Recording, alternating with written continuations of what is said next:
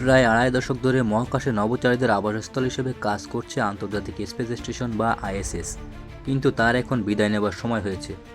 আর কয়েক বছরের মধ্যে এটিকে কক্ষপথ থেকে ছাড়িয়ে পৃথিবীতে নামিয়ে এনে ধ্বংস করে ফেলা হবে বলে পরিকল্পনা করছে নাসা। একটা ফুটবল মাঠের সমান বড় আর 200টি হাতির মোট ওজনের চেয়েও ভারী এই বিশাল আন্তর্জাতিক মহাকাশ স্টেশন, একে কক্ষপথ থেকে নামিয়ে আনা এক অত্যন্ত জটিল চ্যালেঞ্জ। আন্তর্জাতিক মহাকাশ স্টেশনটি তৈরির কাজ শুরু হয়েছিল 1998 সালে। তখন থেকে এটি পৃথিবীর চারদিকে ঘুরছে। প্রথম এখানে নভোচারীরা থাকতে আসেন 2000 সালে। তারপর থেকে 20টি দেশের 250-এর বেশি লোক এখানে এসে থেকেছেন। এই মহাকাশ স্টেশন এক বিরাট সাফল্য, কিন্তু এর যন্ত্রপাতিগুলোর অধিকাংশ এখন কয়েক দশকের পুরনো হয়ে গেছে। এর ফলে ভবিষ্যতে এই স্টেশনটা বিপজ্জনক হয়ে উঠতে পারে।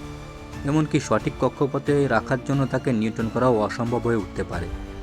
1985 সালে সোভিয়েত ইউনিয়নের স্যালুট 7 স্পেস স্টেশনের বিদ্যুৎ সরবরাহ সম্পূর্ণ বন্ধ হয়ে গিয়ে এমনটাই ঘটেছিল। তখন জীবনের ঝুঁকি নিয়ে দুজন নভোচারী সেটাকে আবার চালু করতে সক্ষম হয়েছিলেন।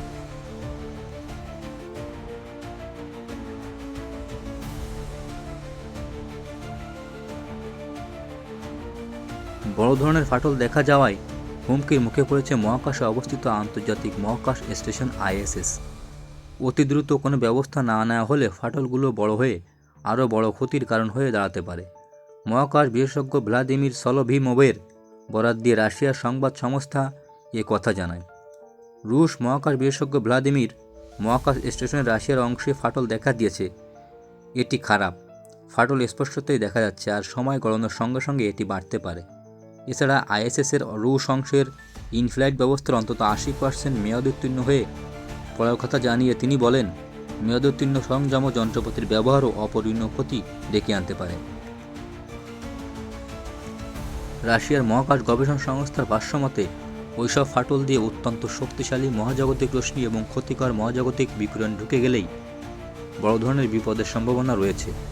ফাটলগুলো ক্রমশ ছড়িয়ে পড়তে পারে আইএসএসের অন্যান্য অংশেও। এমনকি বিভিন্ন অংশ আবর্জনা হিসেবে ভেঙে পড়ে মহাকাশে বহু মহাকাশযান ও পৃথিবীর কক্ষপথে থাকা অন্যান্য বহু উপগ্রহেরও বিপদ ঘটাতে পারে। প্রসঙ্গত, মহাকাশ স্টেশনের রাশিয়ার অংশে বেশ কয়েকবার বিভিন্ন ত্রুটি ধরা পড়েছে।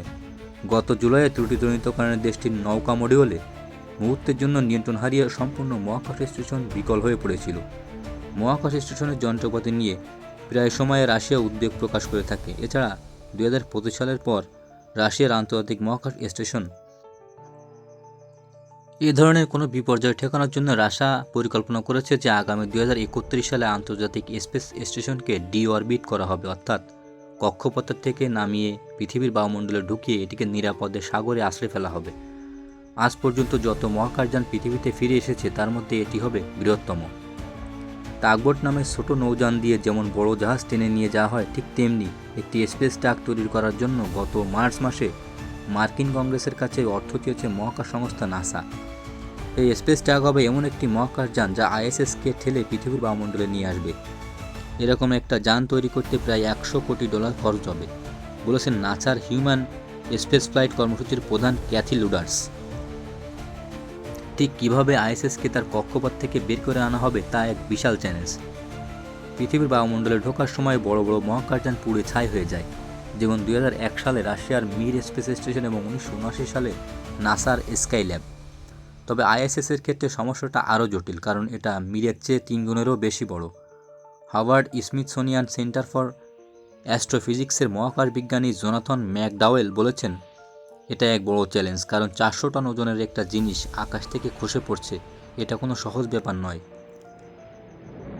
আইএসএসকে পর্যায়ক্রমে কক্ষপথ থেকে নামিয়ে আনার কাজটা শুরু হবে 2026 সাল থেকে। প্রথমে একে আপনা থেকে নিচে নেমে আসতে দেওয়া হবে। বর্তমানে এটা আছে মাটি থেকে 250 মাইল উপরে, আর 2030 সালের মাঝামাঝি নাগাদ এটা নেমে আসবে 200 মাইল উচ্চতায়। তখন এই স্টেশনে শেষবারের মতো একদল ক্রু পাঠানো হবে।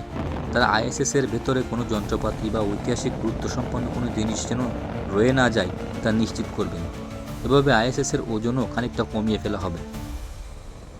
ক্রুদের এই বিশেষ দলটি আইএসএস ছেড়ে চলে যাওয়ার পর মহাকাশ স্টেশনটি আরও খানিকটা নিচে 280 মাইল উচ্চতায় নেমে আসবে।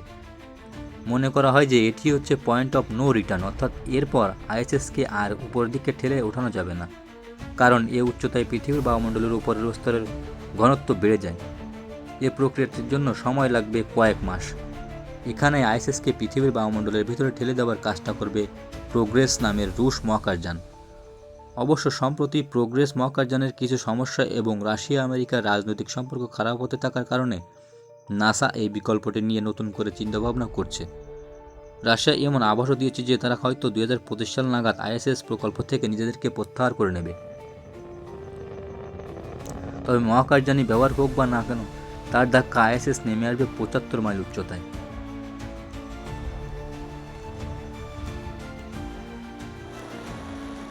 আশা করি ভিডিওটা আপনাদের ভালো লেগেছে। যদিও ভিডিওটা আপনাদের ভালো লেগে থাকে তাহলে একটি লাইক, কমেন্ট এবং শেয়ার করবেন। আর আপনি যদি এই চ্যানেলে নতুন হয়ে থাকেন তাহলে সাবস্ক্রাইব করে আমাদের পাশেই থাকবেন। ধন্যবাদ সবাইকে। ভালো থাকবেন, সুস্থ থাকবেন।